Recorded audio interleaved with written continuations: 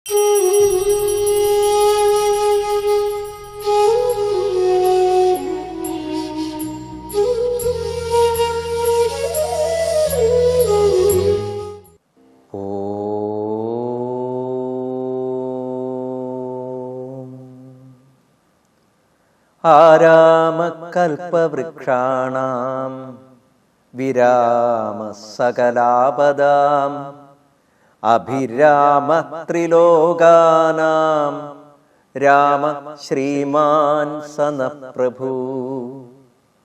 രാമ രാമ രാമ രാമ രാമ രാമ രാമ രാമ രാമ രാമ രാമ രാമ രാമ രാമ. ഭാഗ്യം ചെയ്ത പുണ്യാത്മാക്കളെ, രാമായണ പൊരുളിലേക്ക് എല്ലാവർക്കും സ്വാഗതം. വാത്മീകി രാമായണം സ്വന്തം അച്ഛൻ്റെ കഥ മക്കൾ പറയുന്ന രീതിയിലാണ് ഉണർന്നൊഴുകുന്നത്. ലവകുശന്മാർ അയോധ്യ രാജസദസ്സിൽ ശ്രീരാമനെ സാക്ഷിയാക്കിക്കൊണ്ട് കഥ പറയുന്നു എന്ന് നമ്മൾ വാത്മീകി രാമായണത്തിൻ്റെ ആദ്യ അധ്യായങ്ങളിൽ കണ്ടു. അധ്യാത്മരാമായണം ശിവപാർവതി സംവാദ രൂപത്തിലാണ് നമുക്ക് പറഞ്ഞു തന്നിട്ടുള്ളത്. അധ്യാത്മരാമായണം മൂലഗ്രന്ഥം വ്യാസവിരചിതമാണ് എന്നാണ് നമ്മുടെ സങ്കല്പം. ഒരു പുരാണ കഥ പറയുന്ന ശൈലി സംസ്കൃതത്തിലുള്ള അധ്യാത്മ രാമായണത്തിനുണ്ട്. ആ മൂലഗ്രന്ഥത്തെ അധികരിച്ചുകൊണ്ടാണ് എഴുത്തച്ഛൻ കിളിപ്പാട്ട് രൂപത്തിൽ രാമായണം രചിച്ചത്. എഴുത്തച്ഛൻ്റെ കിളിപ്പാട്ട് രാമായണത്തിൽ അനവധി സംസ്കൃത പദങ്ങൾ നമുക്ക് കാണാനായിട്ട് സാധിക്കും. ഈ സംസ്കൃത പദങ്ങളെല്ലാം മൂലഗ്രന്ഥമായ അധ്യാത്മരാമായണത്തിലും ദൃശ്യമാവുന്നുണ്ട്. കഥ ആരംഭിക്കുന്നത് അയോധ്യയിൽ നിന്നാണ്. ഒരു പർവ്വത ശിഖരത്തിൽ മഴ പെയ്യാൻ തുടങ്ങുമ്പോൾ ഇലകളിൽ പതിക്കുന്ന ജലബിന്ദുക്കൾ കൂടിച്ചേർന്ന് കൊച്ചു കൊച്ചു അരുവികളായി, അരുവികൾ കൂടിച്ചേർന്ന് നദികളായി, നദികൾ കൂടിച്ചേർന്ന് മഹാനദിയായി, ഒടുവിൽ മഹാസാഗരമായി അലതല്ലുന്നത് പോലെ രാമായണവും പല പല കഥകളുടെയും കൂടിച്ചേരലുകളിലൂടെ രാമൻ്റെ കഥയായി പരിണമിക്കുന്നത് നമുക്ക് ഹൃദയത്തിൽ എന്തെന്നില്ലാത്തതായ ഒരു അനുഭൂതിയോടെ അല്ലാതെ ഉൾക്കൊള്ളാൻ സാധിക്കുകയില്ല. രാമായണ കഥയുടെ, അത് പറയുന്ന ശൈലിയുടെ ഒരു പ്രത്യേകത, ഓരോ രാമായണങ്ങളിലും വ്യത്യസ്തമായിരിക്കുന്ന ചില ദർശനങ്ങളെ ഉൾക്കൊണ്ടുകൊണ്ടും കഥാകഥന ശൈലിയെ ഉൾക്കൊണ്ടുകൊണ്ടും രാമകഥ പറഞ്ഞിരിക്കുന്നതായി നമുക്ക് കാണാം. അനവധി രാമായണങ്ങളുണ്ട്. ആദികാവ്യമായ വാത്മീകി രാമായണത്തെ അധികരിച്ചുകൊണ്ട്, എന്നാൽ അതിലെ രാമനെ ബ്രഹ്മമായി സങ്കല്പിച്ചുകൊണ്ട് രാമകഥ പറഞ്ഞു അധ്യാത്മരാമായണത്തിലൂടെയെങ്കിൽ കമ്പരാമായണം, ആനന്ദരാമായണം, കൃത്തിവാസ രാമായണം, തോരവേ രാമായണം, ഇങ്ങനെ അനവധി പ്രാദേശിക ഭാഷകളിൽ വ്യത്യസ്തമായ കഥാസന്ദർഭങ്ങളിലൂടെ രാമകഥ പാടിയിട്ടുണ്ട്. എല്ലാ കഥയും ആരംഭിക്കുന്നത് അയോധ്യയുടെ മനോഹാരിത വർണ്ണിച്ചുകൊണ്ടാണ്. അഥ രാജ ദശരഥ ശ്രീമാൻ സത്യപരായണഃ അയോധ്യാധിപതിർവീര സർവലോകേഷു വിശ്രുതഃ. സൂര്യവംശ രാജാക്കന്മാരിൽ ശ്രേഷ്ഠനായ നേമി, അദ്ദേഹം ദേവലോകത്ത് ചെന്ന് അസുരന്മാരെ ജയിക്കാൻ ദേവന്മാരെ സഹായിച്ച മഹാനാണ്. നേമിയുടെ യുദ്ധപാടവം കണ്ട് ദേവന്മാർ വിശേഷിപ്പിച്ച നാമമാണത്രേ ദശരഥൻ. ആ ദശരഥൻ, സത്യവാനായ ദശരഥൻ, അദ്ദേഹത്തിൻ്റെ ഭരണസാമർഥ്യം കൊണ്ട് സൂര്യവംശ രാജാക്കന്മാരിൽ അനവധി രാജാക്കന്മാരുടെ ചരിത്രങ്ങൾ വർണ്ണിക്കുമ്പോൾ ദശരഥൻ്റെ ചരിത്രം, അദ്ദേഹത്തിൻ്റെ കീർത്തി, അത് ലോകത്ത് വിഖ്യാതമാവുന്നത് ഈ പ്രപഞ്ചത്തെ മുഴുവൻ സൃഷ്ടിച്ച് പാലിച്ച് സംഹരിക്കുന്ന ഈശ്വരൻ തന്നെ അദ്ദേഹത്തിൻ്റെ മകനായി ജനിച്ചു എന്നുള്ളത് കൊണ്ടാണ്. ആ കഥയാണ് ഇന്ന് നാം കേൾക്കുന്നത്. രാമായണപ്പൊരുളിലൂടെ എന്നോടൊപ്പം യാത്ര ചെയ്യുന്ന നിങ്ങൾക്ക് ഓരോരുത്തർക്കും ഈ രാമായണ കാലത്തിൻ്റെ പുണ്യാനുഭവങ്ങൾ ഈശ്വരന്മാർ അനുഗ്രഹമായി നൽകട്ടെ എന്ന് ആശംസിച്ചുകൊണ്ട് അയോധ്യയിലെ ദശരഥ മഹാരാജാവിൻ്റെ ചരിത്രത്തിലേക്ക് നമുക്ക് കടക്കാം. കീർത്തിമാനാണ്. ഭരണപാടവത്തിൽ അദ്ദേഹത്തെ ഏറ്റവും ശ്രേഷ്ഠനായി തന്നെ പുരാണങ്ങൾ പരിഗണിച്ചിരിക്കുന്നു. ഇങ്ങനെയൊക്കെയാണെങ്കിലും ദശരഥ മഹാരാജാവിന് ഒരു ദുഃഖമുണ്ട്. സോനപത്യത്വദുഃഖേന പീഡിതോ ഗുരുമേകദാ വസിഷ്ഠം സ്വകുലാചാര്യം അഭിവന്ദ്യേതമബ്രവീത്. അനപത്യതാ ദുഃഖം, സന്താനങ്ങളില്ലാത്ത ദുഃഖം. പക്ഷേ ദശരഥനെ സംബന്ധിച്ച് സന്താനങ്ങളില്ലാത്ത ദുഃഖം എന്ന് പറയാൻ സാധിക്കുകയില്ല. പുത്രന്മാരില്ലാത്ത ദുഃഖം എന്ന് വേണമെങ്കിൽ പറയാം. കാരണം ദശരഥന് ഈ കഥ തുടങ്ങുന്ന സമയത്ത് ഒരു സന്താനം ഉള്ളതായി ഇനിയുള്ള കഥ സൂചിപ്പിക്കുന്നുണ്ട്. അതൊരു പെൺകുട്ടിയാണ്. ആ കുട്ടിയുടെ പേര് ശാന്ത എന്നാണ്. ദശരഥ മഹാരാജാവ് വസിഷ്ഠനോട് ചെന്ന് സങ്കടം പറയുന്നു. സൂര്യവംശ പാരമ്പര്യത്തെ നിലനിർത്തുന്ന ഒരു പുത്രൻ എനിക്കില്ലല്ലോ, അതാണ് ഇന്നിപ്പോൾ എന്നെ ബാധിച്ചിരിക്കുന്ന ഏറ്റവും വലിയ ദുഃഖം എന്ന്. സങ്കടം കേട്ട് വസിഷ്ഠൻ ദശരഥനെ അനുഗ്രഹിച്ചുകൊണ്ട് പറയുന്നത്, അങ്ങ് യാതൊരു തരത്തിലും ദുഃഖിക്കാതിരിക്കൂ. അങ്ങേക്ക് ഈശ്വരന്മാർ തന്നെ പുത്രന്മാരായി ജനിക്കും. 4 പുത്രന്മാർ. അതിനുവേണ്ടി ആദ്യം അശ്വമേധം ദീക്ഷിക്കണം. എന്നോടൊപ്പം ആ യാഗത്തെ പൂർത്തീകരിച്ച് യാഗത്തിൻ്റെ ഇഷ്ടി സൂക്ഷിച്ച് പുത്രനുണ്ടാകുന്നതിന് വേണ്ടിയുള്ള പ്രാർത്ഥനയോടുകൂടി ആ ഇഷ്ടിയെ വേണ്ടതുപോലെ പൂർത്തീകരിക്കാൻ, ക്രിയകൾക്ക് നേതൃത്വം കൊടുക്കാൻ അങ്ങ് ഋഷ്യശൃംഗനെ ആളയച്ച് വരുത്തണം. ആ ഋഷ്യശൃംഗൻ യഥാർത്ഥത്തിൽ അങ്ങയുടെ പുത്രിയുടെ ഭർത്താവ് തന്നെയാണല്ലോ. വാത്മീകി രാമായണത്തിലും അധ്യാത്മരാമായണത്തിലുമെല്ലാം ഈ ദശരഥ മഹാരാജാവിൻ്റെ പുത്രിയായ ശാന്തയെ പരിചയപ്പെടുത്തുന്നത് ഇങ്ങനെയാണ്. ദശരഥ മഹാരാജാവിൻ്റെ പുത്രിയായ ശാന്ത ഋഷ്യശൃംഗൻ്റെ പത്നിയായത് എങ്ങനെയാണ് എന്ന് വാത്മീകി രാമായണത്തിൽ സുമന്ത്രർ പറയുന്ന ഒരു പുരാവൃത്തമായിട്ടാണ് സൂചിപ്പിച്ചിരിക്കുന്നത്. നമ്മളും ആ കഥ കേട്ടിട്ടുണ്ട്. മഹാഭാരതത്തിൽ വളരെ വിശദമായി പ്രതിപാദിക്കുന്ന ഒരു കഥ. അംഗരാജ്യത്ത് മഴയില്ലാതെ ജനങ്ങളെല്ലാവരും വളരെയധികം ദുരിതങ്ങൾ അനുഭവിക്കുന്ന കാലം. കടുത്ത വേനലിൽ വറ്റി വരണ്ടു തടാകങ്ങൾ, ഒരു വിത്ത് പോലും പൊട്ടി മുളയ്ക്കുന്നില്ല. ഇങ്ങനെ വളരെയധികം ദുർഘടങ്ങൾ ആ രാജ്യത്തെ ബാധിച്ച സമയത്ത് ലോമപാത മഹാരാജാവ്, അംഗരാജാവ്, ഇതിനെന്താണ് പ്രതിവിധി എന്ന് പുരോഹിതരോട് ചോദിച്ചപ്പോൾ അവർ അതിന് പരിഹാരമായി പറഞ്ഞത് ഒരു യാഗം ചെയ്യണം എന്നാണ്. ആ യാഗത്തിന് സാക്ഷാൽ ഋഷ്യശൃംഗനെ തന്നെ ആചാര്യനായി വരിക്കണം. അതത്ര എളുപ്പമുള്ള ഒരു കാര്യമല്ല. കാരണം ഋഷ്യശൃംഗൻ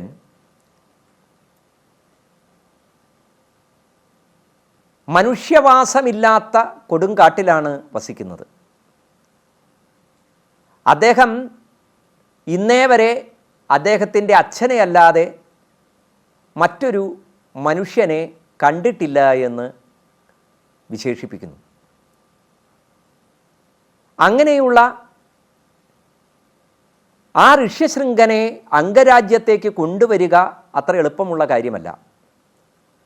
സേനകളെ അയച്ചാൽ അല്ലെങ്കിൽ യോഗ്യരായിരിക്കുന്ന ഏതെങ്കിലും ഋഷീശ്വരന്മാരെ സന്ദേശം കൊടുത്ത് അയച്ചു കഴിഞ്ഞാലും ഋഷ്യശൃംഗനെ കണ്ടെത്താനോ അദ്ദേഹത്തെ ഈ അംഗരാജ്യത്തേക്ക് കൂട്ടിക്കൊണ്ടുവരുവാനോ സാധിക്കുകയില്ല. അതുകൊണ്ട് പുരോഹിതന്മാരുടെ തന്നെ നിർദ്ദേശപ്രകാരം അംഗരാജാവ് തൻ്റെ രാജ്യത്തിലെ സുന്ദരിമാരായിരിക്കുന്ന ഗണികകളെ പറഞ്ഞയക്കുന്നു. അതിഥികളെ സൽക്കരിക്കുന്നതിൽ പ്രാവീണ്യമുള്ളവരായ ആ സുന്ദരികൾ കൊടുങ്കാട്ടിലെത്തി ഈ ഋഷ്യശൃംഗൻ്റെ ആശ്രമം കണ്ടെത്തുകയും അദ്ദേഹത്തെ ഫലമൂലാദികൾ കൊടുത്ത് സന്തോഷിപ്പിച്ച് പലതരത്തിലുള്ളതായ ചാടുവാക്യങ്ങളെ കൊണ്ട് അദ്ദേഹത്തിൻ്റെ ഉള്ളിൽ അത്ഭുതവും ഉളവാക്കി അദ്ദേഹത്തെ കൂട്ടിക്കൊണ്ടുവന്നു എന്നാണ് കഥ. രാമായണത്തിൽ വളരെ ചുരുക്കി വിവരിക്കുന്ന ഈ കഥ മഹാഭാരതത്തിൽ വിസ്തരിച്ച് പറയുന്നുണ്ട്. അങ്ങനെ അംഗരാജ്യത്ത് ഋഷ്യശൃംഗൻ എത്തിച്ചേർന്നതോടെ പ്രകൃതി അവിടെ അനുഗ്രഹവർഷം ചൊരിഞ്ഞു.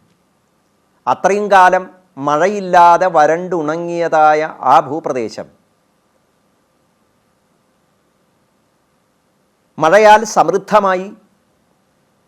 അതിന് കാരണം പ്രകൃതിയോട് ചേർന്ന് ജീവിച്ച, പ്രകൃതി ഭാഷയെ ഉൾക്കൊണ്ട് ആ പ്രകൃതിയുടെ നേരിയ ചലനങ്ങളെപ്പോലും അതിനോട് പോലും താതാത്മ്യം പ്രാപിച്ച് ജീവിച്ച ഒരു മുനികുമാരൻ്റെ ആഗമനമാണ് എന്ന് പുരാണങ്ങൾ ഉദ്ഘോഷിക്കുന്നു.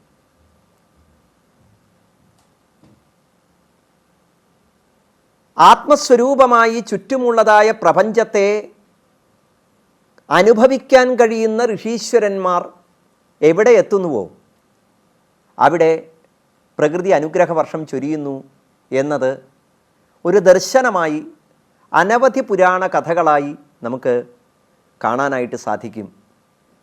ഋഷ്യശൃംഗൻ്റെ കഥയും സൂചിപ്പിക്കുന്നത്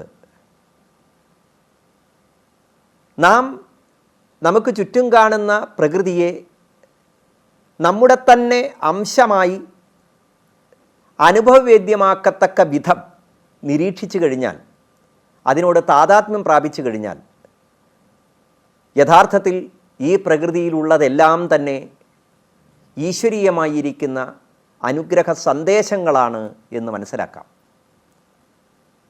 ആ ഋഷ്യശൃംഗൻ അംഗരാജ്യത്തെത്തി. അതോടുകൂടി അംഗരാജ്യത്തിലെ എല്ലാ തരത്തിലുമുള്ളതായ ഈതികളും ഇല്ലാതായി. അതോടെ അംഗരാജാവ് തൻ്റെ പുത്രിയായി താൻ വളർത്തിക്കൊണ്ടിരിക്കുന്ന ദശരഥൻ്റെ മകളായ ശാന്തയെ ഋഷ്യശൃംഗന് വിവാഹം ചെയ്തു കൊടുത്തു. ദശരഥൻ തൻ്റെ പുത്രിയായ ശാന്തയെ അംഗരാജാവിന് പുത്രിയായി വളർത്താൻ കൊടുത്തതാണ് എന്ന് ആ കഥ പറയുമ്പോൾ സൂചിപ്പിക്കുന്നുണ്ട്. അപ്പോൾ പുത്രദുഃഖം അനുഭവിക്കുന്നവരായിരിക്കുന്ന ആളുകൾക്ക് സ്വന്തം മക്കളെ വളർത്താൻ, പുത്രഭാവത്തിൽ വളർത്താൻ കൊടുക്കുക എന്ന ആ ഒരു രീതി പഴയ കാലത്ത് ഉണ്ടായിരുന്നു എന്ന് അനവധി കഥകളിലൂടെ നമുക്ക് മനസ്സിലാക്കാനായിട്ട് സാധിക്കും. ഇവിടെ വസിഷ്ഠ മഹർഷി ദശരഥ മഹാരാജാവിനോട് പറയുന്നത്, ശാന്താഭർത്താരമാനീയ ഋഷ്യശൃംഗം തപോധനം അസ്മാഭി സഹിത പുത്രകാമേഷ്ടിം ശീഘ്രമാചര. പുത്രകാമേഷ്ടിയെ ചെയ്താലും എന്നാണ്. വാത്മീകി രാമായണത്തിൽ അശ്വമേധ യാഗം ചെയ്ത് ആ യാഗത്തിൻ്റെ അഗ്നി പുത്രകാമേഷ്ടിയായി അതിൽ ആ പുത്ര ലാഭത്തിന് വേണ്ടിയുള്ളതായ സങ്കല്പത്തോടുകൂടി ഋഷ്യശൃംഖനെ കൊണ്ട് ആ ഇഷ്ടി പൂർത്തിയാക്കി എന്നാണ്. അപ്പോൾ ഋഷ്യശൃംഖനെ അയോധ്യയിലേക്ക് ക്ഷണിച്ചു. ശാന്തയോടൊപ്പം സന്തോഷത്തോടുകൂടി കൗസല്യ, കൈകേയി, സുമിത്ര എന്നിവരൊത്തുചേർന്ന് ദശരഥ മഹാരാജാവ് വസിഷ്ഠൻ്റെയും ഋഷ്യശൃംഖൻ്റെയും നേതൃത്വത്തിൽ യാഗം ആരംഭിച്ചു. അധ്യാത്മരാമായണത്തിൽ പുത്രകാമേഷ്ടി ചെയ്തു എന്ന് മാത്രമാണ് പറയുന്നത്. വാത്മീകി രാമായണത്തിലാകട്ടെ ദശരഥൻ തൻ്റെ ധർമ്മപത്നിമാരോടൊപ്പം ചെയ്ത ആ മഹത്തരമായ അശ്വമേധ യാഗത്തിൻ്റെ ചടങ്ങുകളെക്കുറിച്ചുള്ള വർണ്ണന കൂടി നമുക്ക് കാണാനായിട്ട് സാധിക്കും.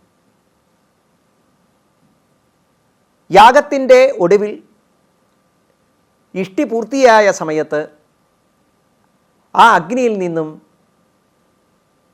ദിവ്യസ്വരൂപത്തോടുകൂടി ഒരു ദേവൻ പ്രത്യക്ഷപ്പെട്ടു.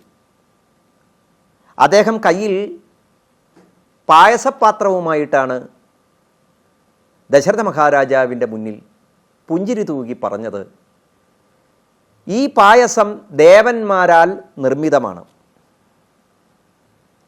അതിവിശിഷ്ടമായിരിക്കുന്നതായ ഈ സൗമ്യത്തെ അല്ലയോ മഹാരാജാവെ അങ്ങ് ധർമ്മപത്നിമാർക്ക് കൊടുത്താലും അതിലൂടെ അങ്ങയുടെ അഭീഷ്ടം സാർത്ഥകമായി തീരും. ഇങ്ങനെ അനുഗ്രഹിച്ച് ആ പായസപാത്രം ദശരഥ മഹാരാജാവിന് നൽകുന്നു അഗ്നിദേവൻ. ഇവിടെ ദശരഥ രാജാവിൻ്റെ ധർമ്മപത്നിമാരിലൂടെ ജനിക്കാൻ പോകുന്നത് പരമാത്മാവാണ് എന്നുള്ള തത്വത്തെ നേരത്തെ തന്നെ അധ്യാത്മരാമായണം വ്യക്തമാക്കിയിട്ടുണ്ട്. ഭൂമിയിൽ ദുഷ്ടന്മാരായിരിക്കുന്ന രാക്ഷസന്മാരുടെ ആ സാന്നിധ്യം മൂലം ഭാരം സഹിക്കവയ്യാതെ ഭൂമിദേവി ഒരു പശുവിൻ്റെ രൂപമെടുത്ത് ദേവന്മാർക്കരികിൽ ചെന്ന് തൻ്റെ സങ്കടമറിയിച്ചു. ദേവന്മാർ ഗോരൂപം ധരിച്ച ഭൂമിദേവിയെയും കൊണ്ട് ബ്രഹ്മാവിൻ്റെ അരികിലെത്തി. ബ്രഹ്മാവ് അവരെയെല്ലാം കൂട്ടി പാലാഴിയുടെ തീരത്തെത്തി ഭഗവാനെ സ്തുതിച്ചു. ഭഗവാൻ അരുളി ചെയ്തു, ഈ ത്രേതായുഗത്തിൽ സൂര്യവംശത്തിൽ ദശരഥ മഹാരാജാവിൻ്റെ പുത്രന്മാരായി ഞാൻ തന്നെ പൂർണ്ണരൂപത്തിലും എൻ്റെ അംശങ്ങളായി അനുജന്മാരായി അനന്തനും അങ്ങനെ സഹോദരഭാവത്തിൽ 4 പുത്രന്മാരായി വിഷ്ണു അംശങ്ങൾ തന്നെ അവതരിക്കും എന്ന രഹസ്യം അധ്യാത്മരാമായണത്തിൽ ആദ്യമേ തന്നെ വ്യക്തമാക്കുന്നുണ്ട്. ഈശ്വരീയമായിരിക്കുന്ന ചില രഹസ്യങ്ങൾ ഇങ്ങനെ പുരാണങ്ങളിലും കാവ്യങ്ങളിലുമൊക്കെ വർണ്ണിക്കുമ്പോൾ ഇതൊക്കെ മനസ്സിലാക്കിയെടുത്ത് അതിനെ കഥകളായി നമുക്ക് പകർന്നു തന്നത് ഋഷീശ്വരന്മാരാണ്. അപ്പോൾ ഈ ഈശ്വര രഹസ്യങ്ങളെ അറിയുന്നവരെയാണ് നമ്മൾ ഋഷീശ്വരന്മാരെന്ന് വിളിക്കുന്നത്, വിശേഷിപ്പിക്കുന്നത്. നാം ഋഷിക്കവി എന്നാണ് ഋഷിപദത്തിൻ്റെ അർത്ഥം. കഴിഞ്ഞുപോയ കാലത്തെയും വരാൻ പോകുന്ന കാലത്തെയും ഇപ്പോഴുള്ളതിനെയും എല്ലാം അറിയാൻ കഴിയുന്നവർ ആരാണോ അവരാണ് ഋഷീശ്വരന്മാർ. വാത്മീകി ഒരു ഋഷിയായി. ആ ഋഷിത്വം എങ്ങനെയാണ് ഈ കഥകളിലൂടെ നമുക്ക് പ്രകടമാവുന്നത്? എവിടെയൊക്കെ ഈശ്വരീയമായിരിക്കുന്ന അവതാരങ്ങളുണ്ടോ,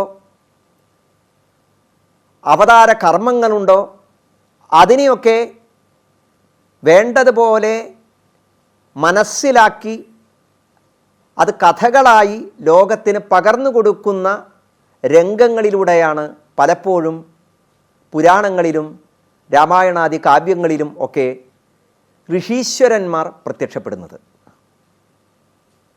ഏത് കഥകളും ഈ ഋഷിമാരിലൂടെയാണ് ഉണർന്നൊഴുകിയത്. അപ്പോൾ ദേവരഹസ്യമായ ഈശ്വരാവതാരത്തെ നേരത്തെ അറിഞ്ഞ ആളായി തന്നെയാണ് ഇവിടെ വസിഷ്ഠ മഹർഷിയെയും നമുക്ക്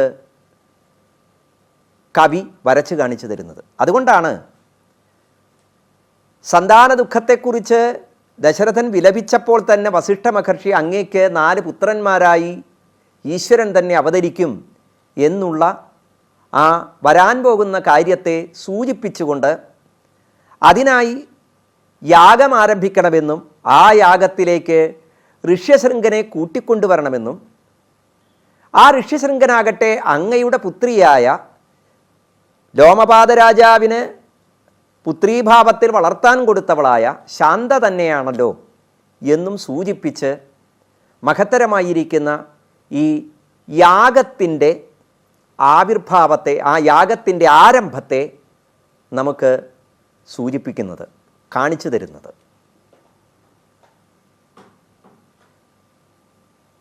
പായസപാത്രവുമായി ആ യാഗാവസാനത്തിൽ പ്രത്യക്ഷപ്പെട്ടതായ ദിവ്യസ്വരൂപൻ